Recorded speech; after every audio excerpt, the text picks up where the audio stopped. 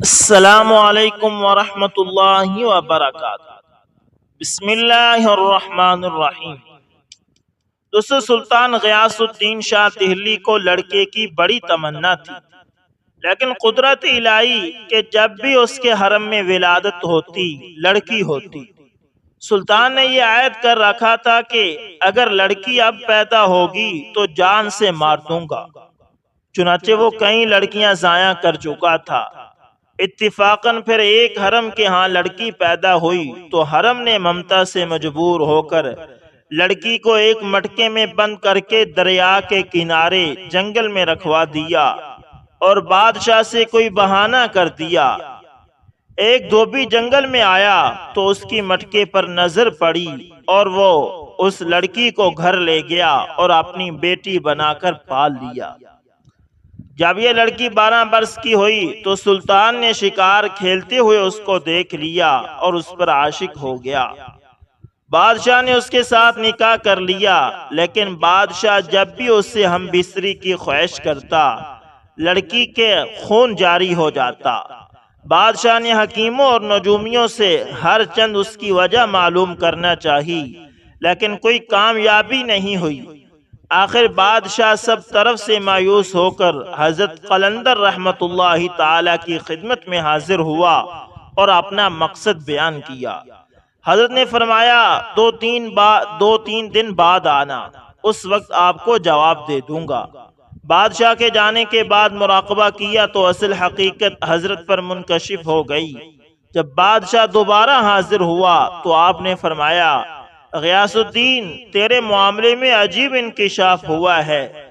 وہ لڑکی جس سے تو ہم بستری چاہتا ہے تیری بیوی نہیں ہے بلکہ تیری بیٹی ہے۔ اس کو محض اس کے لیے خون آ جاتا ہے کہ اللہ تجھے اس گناہ کبیرہ میں مبتلا کرنا نہیں چاہتا۔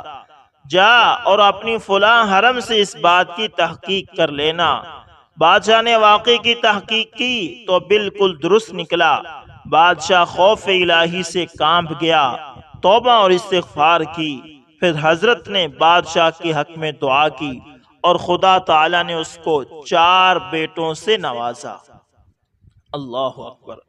دوستو، اسی طرح ایک مرتبہ سلطان غیاث الدین بلبن نے ایک قلعے پر چڑھائی کی۔ دشمن نے قلعہ بند ہو کر نہایت بے جگری سے مقابلہ کیا اور قلعے پر قابض ہونے کی تمام شاہی کوششیں ناکام بنا دی۔ بادشاہ معاشرے کی طوالت سے اکتا گیا۔ اسی دوران میں ایک رات سخت طوفان اور بارش آئی۔ اس سے شاہی فوج کے بیشتر خیمے گر پڑے اور جگہ جگہ پانی بھر گیا۔ ہوا کے جھکڑ اور موسلادھار بارش کی وجہ سے تمام خیموں میں آگ بجھ گئی۔ ادھر سردی کی وہ شدت ہوئی کہ رگوں میں خون منجمد ہونے لگا۔ اس حالت میں بادشاہ کا خادم خاص یاسقا بادشاہ کے لیے وضو کا پانی گرم کرنے کے لیے آگ کی تلاش میں نکلا۔ اسے دور ایک جگہ روشنی نظر آئی۔ وہاں پہنچا تو دیکھا کہ ایک خیمہ کھڑا ہے اور اس میں چراغ جل رہا ہے۔ اس کی روشنی میں ایک درویش سورت سپاہی قرآن حکیم کی تلاوت کر رہا ہے۔ خادم پر ہیبت چھا گئی اور اسے آگ مانگنے کا ہوش ہی نہ رہا۔ درویش نے خود ہی سر اٹھا کر پوچھا، کیوں بھائی، آگ کی ضرورت ہے؟ خادم نے اس بات میں جواب دیا تو درویش نے کہا، جتنی آگ چاہتے ہو بے دھڑک لے جاؤ۔ خادم نے خیمے کے اندر داخل ہو کر ایک لکڑی سلگائی اور شاہی آبدار خانے میں آ کر حمام گرم کیا، لیکن اس واقعے سے اس کے دل میں بڑی بے قراری پیدا ہو گئی۔ صبح کاذب کے وقت مشک لے کر پھر اس درویش کے خیمے پر گیا۔ دیکھا تو وہ درویش خیمے میں موجود نہ تھا۔ ادھر ادھر دیکھا تو کچھ دور ایک تالاب نظر آیا۔ وہاں وہ درویش وضو کر رہے تھے۔ خادم ایک گوشے میں کھڑا ہو گیا۔ درویش نے فارغ ہو کر نماز فجر ادا کی اور اپنے خیمے میں آ گئے۔ خادم اب تالاب پر پہنچا تو دیکھا کہ جس جگہ درویش نے وضو کیا تھا وہاں کا پانی گرم تھا، حالانکہ سردی کی شدت سے ارد گرد کا پانی جم گیا تھا۔ خادم نے اسی جگہ سے اپنی مشک میں پانی بھرا، اس کو لے کر آبدار خانے میں گیا اور اپنی عقل سے معلوم کر لیا کہ یہ سب اسی درویش کی عظمت و برکت کے سبب ہوا۔ لیکن اس راز کو دل ہی میں رکھا۔ دوسرے دن نماز فجر سے کچھ پہلے تالاب پر پہنچا اور پانی کو دیکھا کہ وہ جمع ہوا ہے۔ وہ ایک درخت کے پیچھے چھپ کر بیٹھ گیا۔ اتنے میں وہ درویش تالاب پر آئے اور اس کے کنارے پر ایک جگہ بیٹھ گئے۔ ان کے سامنے پانی نے اسی وقت جوش مارا۔ انہوں نے وضو کیا اور درویش لے گیا اور تشریف لے گئے۔ خادم نے وہاں سے گرم پانی کی مشک بھری اور سیدھا سلطان کی خدمت میں حاضر ہوا۔ سلطان اس وقت دربار عام میں بیٹھا ہوا تھا۔ خادم نے دست بدستہ عرض کی، حضور اگر میرے ایک راز کو خلوت میں سنیں تو گوش گزار کروں۔ سلطان نے خلوت میں جا کر اس کو اپنی بات کہنے کا موقع دیا۔ خادم نے تمام واقعات من و عن سلطان کے گوش گزار کر دیے۔ سلطان بہت حیران ہوا اور خادم سے کہا کہ کل ہم بھی تمہارے ساتھ چلیں گے۔ تم میری خوابگاہ کے بہر ٹھہرو اور وقت معینہ پر مجھے جگا کر ساتھ لے جانا۔ جب رات ہوئی تو سلطان خوابگاہ میں چلا گیا اور دروازے کی کنجی خادم کے حوالے کر دی۔ جب 2-4 گھڑی رات باقی رہ گئی تو خادم نے دروازہ کھول کر سلطان کو جگا دیا۔ سلطان مسلح ہو کر بہر نکلا اور خادم کے ہمراہ تالاب کے قریب ایک جگہ چھپ کر بیٹھ گیا۔ وہ درویش حسب معمول تشریف لائے۔ پانی نے جوش مارا۔ انہوں نے وضو کیا اور نماز پڑھ کر واپس تشریف لے گئے۔ سلطان نے پانی کو ہاتھ لگایا تو گرم تھا۔ وہ بہت حیران ہوا اور سمجھ گیا کہ یہ درویش سپاہی کے بھیس میں کوئی مدد خدا ہے۔ اسی وقت خادم کو ساتھ لے کر درویش کے خیمے پر پہنچا۔ وہ کلام پاک کی تلاوت کر رہے تھے۔ سلطان دست بدستہ سامنے کھڑا ہو گیا۔ یہ ایک عجیب منظر تھا۔ ہندوستان کا فرما نوا جس کی ہیبت و جبروت کا اطراف عالم میں ڈنکا بج رہا تھا، ایک بوریا نشین فقیر کے سامنے ہاتھ باندھے کھڑا تھا اور زبان سے بات نہ نکلتی تھی۔ درویش تلاوت سے فارغ ہوئے تو ان کی نظر سلطان پر پڑی۔ تعظیم کے لیے اٹھے اور سلام کیا۔ سلطان نے مؤدبانہ عرض کیا کہ یہ میری خوش بختی اور سعادت ہے کہ آپ جیسے بزرگ میرے لشکر میں موجود ہیں، لیکن اس کے باوجود افسوس ہے کہ یہ قلعہ ابھی تک فتح نہیں ہو سکا۔ دعا فرمائیے کہ اللہ تعالی لشکر اسلام کو فتح عطا فرمائے۔ درویش نے ہر چند اپنے آپ کو چھپانے کی کوشش کی، لیکن سب بے سود، کیونکہ سلطان جو اپنی آنکھوں سے ان کی کرامات دیکھ چکا تھا کسی طرح نہ مانا۔ آخر انہوں نے دعا کے لیے ہاتھ اٹھائے اور سورہ فاتحہ پڑھ کر فرمایا کہ اسی وقت حملہ کر دو، اللہ تعالیٰ فتح اور نصرت عطا فرمائے گا۔ سلطان خوش رخصت ہوا اور لشکر میں پہنچ کر اسی وقت قلعے پر دھاوا بول دیا۔ معصورین نے بہت جلد ہتھیار ڈال دیے اور قلعے کے دروازے کھول دیے گئے۔ سلطان اس عظیم فتح پر سجدہ شکر بجا لایا اور دوسرے دن برہنہ پاؤں درویش کی خدمت میں حاضر ہونا چاہا۔ انہیں بادشاہ کے ارادے کا علم ہوا تو انہوں نے اپنا تمام مال اسباب فقراء میں تقسیم کر دیا اور خود ایک کمبل اوڑھ کر لشکر سے چل کھڑے ہوئے۔ بادشاہ ان کے خیمے پر گیا تو اس کو خالی پایا۔ یہ درویش خواجہ شمس الدین ترک تھے۔ وہ شاہی لشکر سے نکل کر سیدھے اپنے مرشد مخدوم علاء الدین علی احمد صابر کلیری رحمت اللہ تعالی کی خدمت میں پہنچے۔ وہاں سے چند دن بعد ان کو پانی پت جانے کا حکم ہوا اور انہوں نے باقی زندگی اسی شہر میں اصلاح اور تبلیغ کا فریضہ انجام دیتے ہوئے گزار دی۔ اللہ اکبر، اللہ اکبر۔ دوستو ایسے ہوتے ہیں اللہ والے جو اپنے آپ کو چھپا کر رکھتے ہیں، جو ہمیشہ اخلاص کے ساتھ چلتے ہیں۔ اللہ تعالیٰ سے دعا ہے کہ اللہ تعالیٰ ایسے اللہ والوں کا ساتھ ہمیں بھی عطا فرمائے۔ اللہ اکبر، اللہ اکبر۔ دوستو اسی طرح حضرت امام اعظم ابو حنیفہ رحمت اللہ تعالیٰ ایک روز ظہر کی نماز کے بعد گھر تشریف لے گئے۔ بالا خانے پر آپ کا گھر تھا۔ جا کر آرام کرنے کے لیے بستر پر لیٹ گئے۔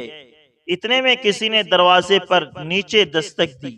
آپ اندازہ کیجئے دوستو کہ جو شخص ساری رات کا جاگا ہوا ہو اور سارا دن مصروف رہا ہو، اس وقت اس کی کیا کیفیت ہوگی۔ ایسے وقت میں کوئی آ جائے تو انسان کو کتنا ناگوار ہوتا ہے کہ یہ شخص بے وقت آ گیا۔ لیکن امام صاحب اٹھے، زینے سے نیچے اترے، دروازہ کھولا تو دیکھا کہ ایک صاحب کھڑے ہیں۔ امام صاحب نے اس سے پوچھا کہ کیسے آنا ہوا؟ اس نے کہا کہ ایک مسئلہ معلوم کرنا ہے۔ دیکھیے، اول تو امام صاحب جب مسائل بتانے کے لیے بیٹھتے تھے، وہاں آ کر تو مسئلہ پوچھا نہیں، اب بے وقت پریشان کرنے کے لیے یہاں آ گئے۔ لیکن امام صاحب نے اس کو کچھ نہیں کہا، بلکہ فرمایا کہ اچھا بھائی، کیا مسئلہ معلوم کرنا ہے؟ اس نے کہا کہ میں کیا بتاؤں، جب میں آ رہا تھا تو مجھے یاد تھا کہ کیا مسئلہ معلوم کرنا ہے، لیکن اب میں بھول گیا ہوں، یاد نہیں رہا کہ کیا مسئلہ پوچھنا تھا۔ امام صاحب نے فرمایا کہ اچھا، جب یاد آ جائے تو پھر پوچھ لینا۔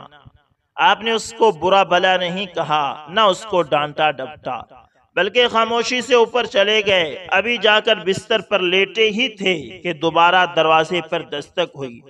آپ اٹھ کر نیچے تشریف لائے اور دروازہ کھولا تو دیکھا کہ وہی شخص کھڑا ہے۔ آپ نے پوچھا کیا بات ہے؟ اس نے کہا کہ حضرت، وہ مسئلہ مجھے یاد آ گیا تھا۔ آپ نے فرمایا کہ پوچھ لو۔ اس نے کہا کہ ابھی تک تو یاد تھا، مگر جب آپ آدھی سیڑھی تک پہنچے تو میں وہ مسئلہ بھول گیا۔ اب اگر ایک آدمی ہوتا تو اس وقت تک اس کے اشتعال کا کیا عالم ہوتا، مگر امام صاحب اپنے نفس کو مٹا چکے تھے۔ امام صاحب نے فرمایا اچھا بھائی، جب یاد آ جائے تو پھر پوچھ لینا۔ یہ کہہ کر آپ واپس چلے گئے اور جا کر بستر پر لیٹ گئے۔ ابھی لیٹے ہی تھے کہ دوبارہ پھر دروازے پر دستک ہوئی۔ آپ پھر نیچے تشریف لائے، دروازہ کھولا تو دیکھا کہ وہی شخص کھڑا ہے۔ اس نے کہا کہ حضرت، وہ مسئلہ یاد آ گیا۔ امام صاحب نے پوچھا کہ کیا مسئلہ ہے؟ اس نے کہا کہ یہ مسئلہ معلوم کرنا ہے کہ انسان کی نجاست، پاخانہ، پیشاب، اس کا ذائقہ کڑوا ہوتا ہے یا میٹھا ہوتا ہے؟ العیاذ باللہ۔ دوستو، یہ بھی کوئی مسئلہ ہے۔ اگر کوئی دوسرا آدمی ہوتا اور وہ اب تک ضبط بھی کر رہا ہوتا تو اب اس سوال کے بعد تو اس کا صبر کا پیمانہ دوستو ضرور لبریز ہو جاتا۔ لیکن امام صاحب نے بہت اطمینان سے جواب دیا کہ انسان کی نجاست اگر تازہ ہو تو اس میں کچھ مٹھاس ہوتی ہے، اگر سوکھ جائے تو کڑواہٹ پیدا ہو جاتی ہے۔ پھر وہ شخص کہنے لگا کہ کیا آپ نے چکھ کر دیکھا ہے؟ العیاذ باللہ۔ حضرت امام اعظم ابو حنیفہ رحمۃ اللہ تعالی نے فرمایا کہ ہر چیز کا علم چکھ کر حاصل نہیں کیا جاتا، بلکہ بعض چیزوں کا علم عقل سے حاصل کیا جاتا ہے، اور عقل سے یہ معلوم ہوتا ہے کہ تازہ نجاست پر مکھی بیٹھتی ہے، خشک پر نہیں بیٹھتی۔ اس سے یہ پتہ چلتا ہے کہ دونوں میں فرق ہے، ورنہ مکھی دونوں پر بیٹھتی۔ جب امام صاحب نے یہ جواب دے دیا تو شخص نے کہا امام صاحب، میں آپ کے سامنے ہاتھ جوڑتا ہوں، مجھے معاف کیجئے گا، میں نے آپ کو بہت ستایا، لیکن آج آپ نے مجھے ہرا دیا۔ امام صاحب نے پوچھا کہ میں نے کیسے ہرا دیا؟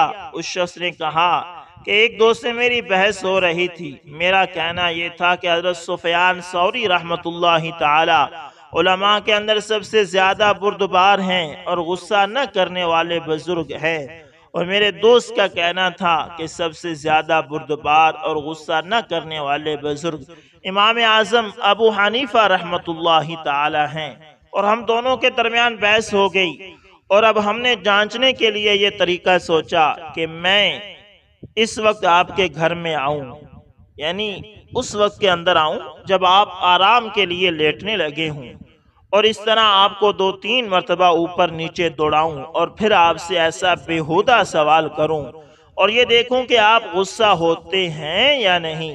میں نے کہا کہ اگر غصہ ہو گئے تو میں جیت جاؤں گا، اور اگر غصہ نہ ہوئے تو تم جیت جاؤ گے، لیکن آج آپ نے مجھے ہرا دیا، اور واقعہ یہ ہے کہ میں نے اس روئے زمین پر ایسا حلیم انسان جس کو غصہ چھو کر بھی نہ گزرا ہو، آپ کے علاوہ کوئی دوسرا نہیں دیکھا۔ اللہ اکبر، اللہ اکبر۔ دوستو، یہ ہوتا ہے کنٹرول، کہ اپنے غصے پر ہمیشہ کنٹرول رکھنا۔ دوستو، اسی طرح بنی اسرائیل میں 2 بھائی تھے، جن میں ایک مسلمان تھا اور دوسرا کافر۔ دونوں دریا کے شکاری۔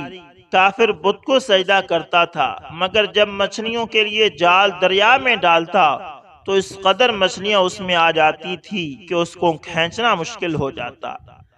مگر مسلمان کے جال میں صرف ایک ہی مچھلی آتی تھی اور اسی پر صبر کے ساتھ خدا کا شکر ادا کرتا تھا۔ اتفاقاً ایک روز اس مسلمان کی بیوی اپنے مکان کی چھت پر گئی تو اس کی نظر کافر کی بیوی پر پڑی جو زیور اور بہترین لباس سے آراستہ تھی۔ یہ دیکھ کر اس مسلمان کی بیوی کے دل میں وسوسہ پیدا ہوا کہ کاش میں بھی ایسی ہی ہوتی۔ تو کافر کی بیوی بولی، تو اپنے شوہر کو آمادہ کر لے، وہ بھی میرے شوہر کے معبود یعنی بت کی عبادت کیا کرے تاکہ تو بھی میری طرح مالدار ہو جائے۔ یہ سن کر مسلمان بھائی کی بیوی کچھ غم زدہ سی ہو کر نیچے آئی، اور جب اس کا شوہر گھر آیا تو اس نے بیوی کا حال متغیر دیکھ کر دریافت کیا، آخر کیا بات ہے جس سے تو اس قدر غم زدہ معلوم ہوتی ہے؟ تو وہ کہنے لگی، بس میاں، یا تو مجھے طلاق دے دے یا اپنے بھائی کے معبود کی پرستش اختیار کرو۔ یہ سن کر اس کے شوہر نے کہا کہ خدا کی بندی، تو خدا سے نہیں ڈرتی؟ ایمان کی دولت کے بعد یہ کفر کی باتیں کیوں کرتی ہو؟ تو عورت بولی، بس مجھ سے اب زیادہ باتیں نہ بناؤ، میں ننگی بوجھی نہیں رہ سکتی، یعنی میں تنگی کی حالت میں نہیں رہ سکتی، جبکہ دوسری عورتوں خصوصاً تیرے بھائی کی بیوی کو میں دیکھ رہی ہوں کہ وہ زیورات اور عمدہ لباس سے آراستہ رہتی ہے۔ جب اس مرد مومن نے دیکھا کہ عورت تریہٹ پر اتر آئی ہے اور اس کا اصرار حد سے بڑھ چکا ہے تو اس نے عورت کو تسلی دی اور کہا کہ اچھا، گھبرانے کی ضرورت نہیں ہے، میں کل سے کاریگروں اور مزدوروں میں جا کر محنت کر کے تجھے روزانہ 2 درم دیتا رہوں گا، تو اسے اپنی حالت درست کر لینا۔ یہ سن کر عورت کو کچھ تسکین حاصل ہوئی اور سویرے ہی وہ مرد مومن مزدوری کی تلاش میں نکلا، لیکن کسی نے اس کی بات نہ پوچھی۔ یہ دیکھ کر وہ دریا کے کنارے پہنچا اور شام تک اللہ کی عبادت میں مصروف رہ کر رات کو جب گھر آیا تو بیوی نے دریافت کیا، آج تم کہاں تھے؟ تو وہ کہنے لگا، میں بادشاہ کی خدمت میں تھا، اس نے مجھ سے 30 دن کام کرنے کی شرط مانگی ہے۔ عورت بولی کہ آخر وہ بادشاہ تم کو کیا دے گا؟ تو اس نے جواب دیا کہ میرا بادشاہ بڑا کریم ہے اور اس کے خزانے مال و دولت سے بھرے ہوئے ہیں، وہ مجھے وہ دے گا جو میں چاہوں گا۔ چنانچہ اسی طرح برابر وہ اپنے معبود برحق کی عبادت میں مصروف رہا، اور 30ویں رات ہوئی تو بیوی نے کہا کہ سنو میاں، اگر کل تم نے مجھے مزدوری لا کر نہیں دی تو تم مجھ پر طلاق دینا لازم ہوگا۔ یہ سن کر اس کو کسی قدر پریشانی لاحق ہوئی، اور 30ویں صبح کو اس نے ایک یہودی سے کہا، کیا تم مجھے مزدوری پر لگا لو گے؟ یہ سن کر یہودی کہنے لگا کہ ہاں، تم کو مزدوری تو مل جائے گی، لیکن شرط یہ ہے کہ میرے پاس تمہارے کھانے پینے کا کوئی انتظام نہ ہوگا۔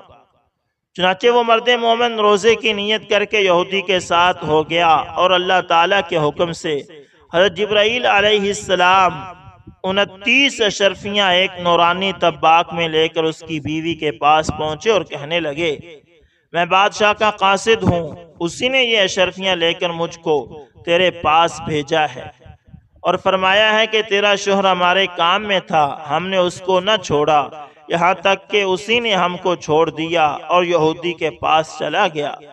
اگر وہ ہمارا کام کرتا تو ہم اس کو اور زیادہ اجرت دیتے، بس یہ ایک اشرفی کی کمی ہے، اسی وجہ سے ہوئی۔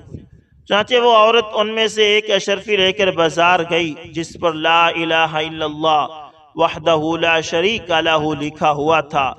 صراف نے 1000 درم اس کی قیمت عورت کے حوالے کر دی، اور جب شام کو وہ مرد مومن گھر واپس آیا تو عورت نے اس سے دریافت کیا کہ آج تم کہاں تھے؟ اس نے جواب دیا کہ آج میں ایک یہودی کے کام پر گیا ہوا تھا۔ تو بیوی کہنے لگی کہ آخر بادشاہ کی خدمت ترک کر کے تم دوسرے کی خدمت کیوں کرتے ہو؟ پھر اس کو اشرفیوں کا واقعہ سنایا، جس کو سن کر وہ مرد مومن روتے روتے بے ہوش ہو گیا، اور جب اس کو ہوش ہوا تو بیوی سے کہنے لگا، افسوس کہ میں نے بادشاہ 2 جہاں کی خدمت کا حق اپنے اوپر لازم نہ کیا۔ اس کے بعد اس شخص نے عورت کو چھوڑ دیا اور پہاڑوں پر چلا گیا، جہاں خدا کی عبادت ہی میں مصروف رہ کر اس کا انتقال ہو گیا۔ اللہ تعالیٰ اس پر اپنا رحم فرمائے۔ حاصل دوستو سچ ہے کہ اللہ کے خزانوں میں کوئی کمی نہیں ہے، وہ بندے کو اس کی عبادت کا صلہ ضرور دیتا ہے، اگرچہ بعض دفعہ کسی حکمت کی بنا پر اس کے یہاں دیر ہو جاتی ہے، لیکن بہرحال اندھیر پھر بھی نہیں، وہ اپنے بندوں کو دیتا ضرور ہے۔ اللہ تعالی ہم سب کو صبر و شکر کے ساتھ رہ کر زندگی گزارنے کی توفیق عطا فرمائے، آمین یا رب العالمین۔ دوستو امید کرتا ہوں ویڈیو اچھی لگی ہوگی، اگر پسند آئے تو لائک شیئر اور کمنٹ لازمی کیا کریں، اور اگر آپ ہمارے چینل AS انفارمیشن پر نئے ہیں تو دوستو اس کو بھی لازمی سبسکرائب کریں اور ساتھ میں بیل کے نشان کو دبانا نہ بھولنا، تاکہ ہر نئی ویڈیو کا نوٹیفیکیشن دوستو آپ لوگوں تک پہنچتا رہے۔ دوستو ملتے ہیں کسی نیکسٹ اچھی سی ویڈیو کے اندر، تب تک کے لیے اللہ حافظ، جزاکم اللہ خیر۔